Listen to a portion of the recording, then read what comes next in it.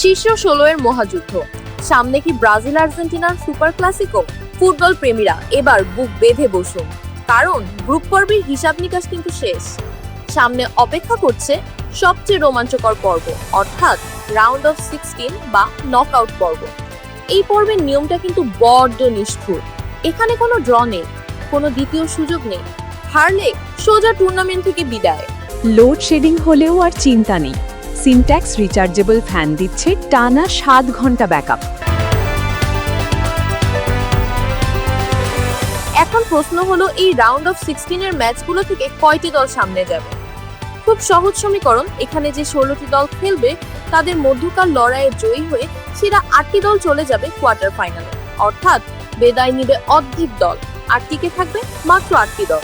আর এই মুহূর্তে ফুটবল বিশ্বের সবচেয়ে বড় প্রশ্ন, আমাদের কি এবার ব্রাজিল বনাম আর্জেন্টিনার সেই চির আকাঙ্ক্ষিত সুপার ক্লাসিকো ম্যাচ দেখার কোনো সুযোগ আছে? চির প্রতিদ্বন্দ্বিতা কি মুখোমুখি হতে যাচ্ছে এই বিশ্বকাপে?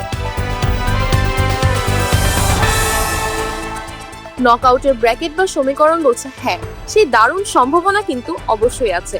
তবে তার জন্য দুই দলকে তাদের নিজ নিজ ম্যাচগুলো জিতে কোয়ার্টার ফাইনালে এবং সেমিফাইনালের বাধা পার করতে হবে।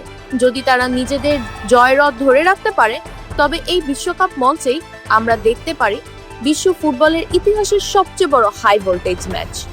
আপনারা কি ব্রাজিল আর্জেন্টিনার এই মেগা ফাইট দেখতে চান?